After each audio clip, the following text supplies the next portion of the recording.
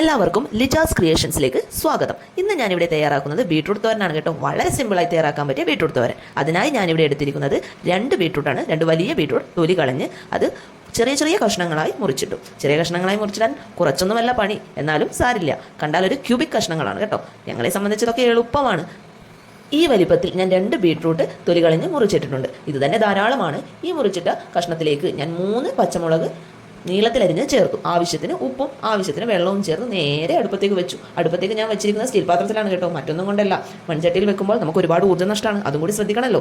ഞാൻ ഈ സ്റ്റീൽ പാത്രത്തിലേക്ക് മാറ്റി അത് നേരെ അടുപ്പത്തേക്ക് വെച്ചു. ഞാനിവിടെ വെള്ളം ചേർത്തിരിക്കുന്ന 1 ഗ്ലാസ് വെള്ളമാണ്, മറ്റൊന്നും കൊണ്ടല്ല കേട്ടോ. 1 ഗ്ലാസ് വെള്ളത്തിൻ്റെ ആവശ്യം മാത്രമേ ഉള്ളൂ. നമ്മളിവിടെ ഉണ്ടാക്കുന്നത് ബീട്രൂട്ട് തോരനാണ്. നമ്മുടെ നാട്ടിലൊക്കെ ബീട്രൂട്ട് വറവ് എന്നാണ് പറയാറ്. നിങ്ങളുടെ നാട്ടിൽ എന്തൊക്കെയാണ് പറയാറെന്ന് കമൻറ്റ് ബോക്സിൽ ഇടാൻ മറക്കല്ലേ.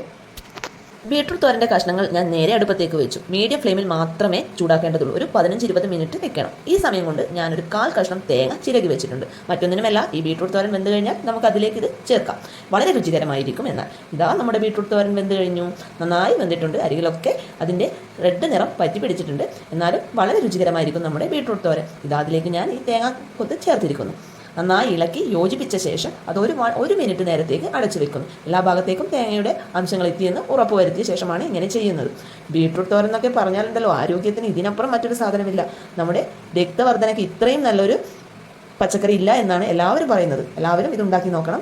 ഇതാ നമ്മുടെ ബീട്രൂട്ട് തോരൻ റെഡിയായി കഴിഞ്ഞു. അതിലേക്ക് കുറച്ച് വെളിച്ചെണ്ണയും കടുകും പൊട്ടിച്ച് നമ്മൾ ഇടുന്നതായിരിക്കും. ഇതാ ബീട്രൂട്ട് തോരനിലേക്ക് കടുകും വെളിച്ചെണ്ണയും പൊട്ടിച്ചിട്ട് ചേർത്തിട്ടുണ്ട്. ഇത് നന്നായി ഒന്ന് ഇളക്കി യോജിപ്പിക്കുക. ഇതാ നമ്മുടെ വളരെ രുചിയൂറുന്ന നമ്മുടെ ബീട്രൂട്ട് തോരൻ തയ്യാറായിട്ടുണ്ട്. എല്ലാവരും വീട്ടിലുണ്ടാക്കി നോക്കണം.